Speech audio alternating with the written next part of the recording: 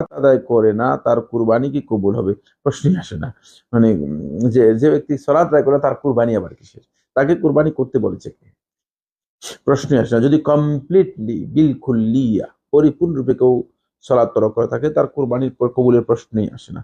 তার কুরবানি করার কোনো বিধান নেই।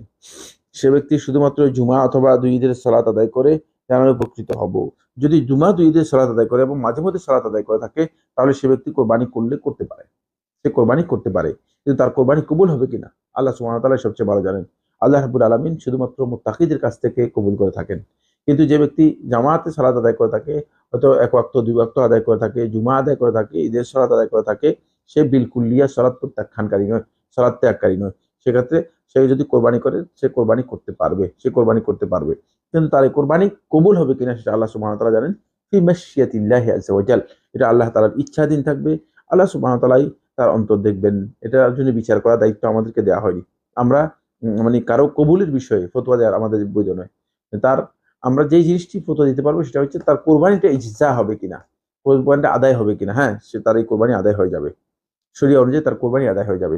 কিন্তু আল্লাহ তাআলার কাছে কবুল হবে কিনা এ মাসআলা আল্লাহ সুবহানাহু ওয়া তাআলার ইচ্ছাধীন থাকবে।